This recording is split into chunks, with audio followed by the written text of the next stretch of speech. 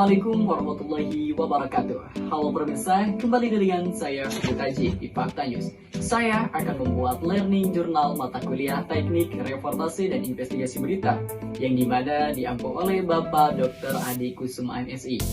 Saya Mutaji akan menemani Anda selama 5 menit ke depan. Selamat menyaksikan.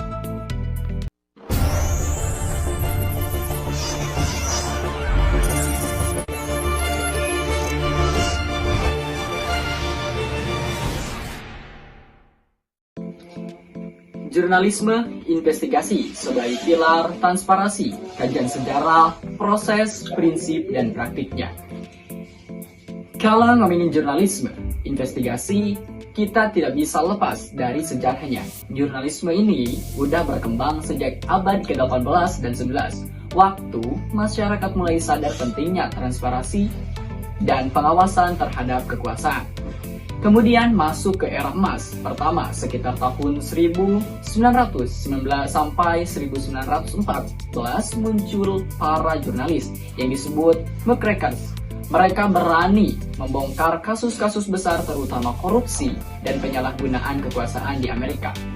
Lanjut ke era Wartagate tahun 1970-an. Ini terkenal banget karena kasus ini membuktikan kekuatan jurnalisme investigasi dalam menggulingkan kekuasaan yang salah. Di Indonesia sendiri teman-teman, perkembangan mulai terasa setelah era reformasi. Banyak media mulai berani mengungkapkan kasus korupsi dan pelanggaran hukum, meskipun tentu saja masih terikat oleh faktor politik dan keamanan. Dan sekarang di era digital, jurnalisme investigasi berkembang dengan kolaborasi lintas negara, bahkan lintas media. Proses dalam jurnalisme investigasi itu panjang dan terstruktur. Menurut Subagio dan Syahrianti Syam, ada beberapa tahapan penting yang harus dilewati. Pertama, pengumpulan dokumen dan bukti fisik. Ini langkah awal untuk memastikan data yang didapat bisa dipercaya. Yang kedua, mencari saksi dan narasumber untuk memperkuat fakta dan membuat fakta di lapangan. Yang ketiga, feasibility study, menilai apakah kasus ini layak diingat. Yang keempat, perencanaan dan riset asli, membangun basis data, menyusun strategi liputan. Yang kelima, penulisan dan evaluasi ulang, karena dalam investigasi, berita sering ditulis ulang sampai benar-benar akurat. Publik dan follow up, setelah berita tayang, jurnalis tetap memantau dampaknya di masyarakat. Nah, proses ini teman-teman memakan waktu lama karena bahkan berbulan-bulan. Nah, teman-teman, mungkin kamu bertanya-tanya, apa sih bedanya jurnalisme investigasi dengan berita biasa?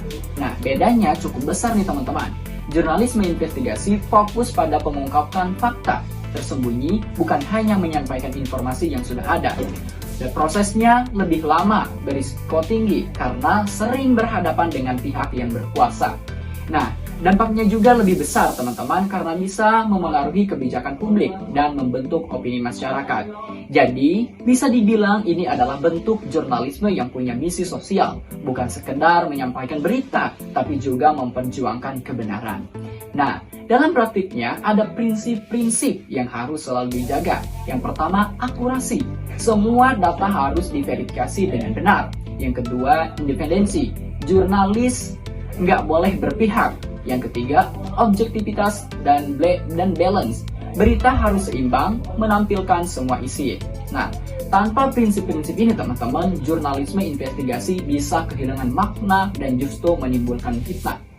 Nah, jadi teman-teman, kesimpulannya, jurnalisme investigasi adalah bentuk jurnalis yang punya peran penting dalam menjaga transparansi dan demokrasi. Ia bertindak sebagai watchdog atau pengawas kekuasaan, memastikan tidak ada penyalahgunaan wewenang yang merugikan masyarakat. Prosesnya memang panjang dan penuh tantangan, tapi hasilnya bisa membawa perubahan besar bagi publik. Nah, sebagai calon komunikator atau jurnalis masa depan, penting banget nih teman-teman buat kita belajar prinsip-prinsip ini supaya bisa menyampaikan kebenaran dengan tanggung jawab. Nah teman-teman, mungkin itu saja yang bisa saya sampaikan. Kurang dan lebihnya mohon dimaafkan. Hadanallahu wa iyyakum ila shiratal mustaqim. Wassalamualaikum warahmatullahi wabarakatuh.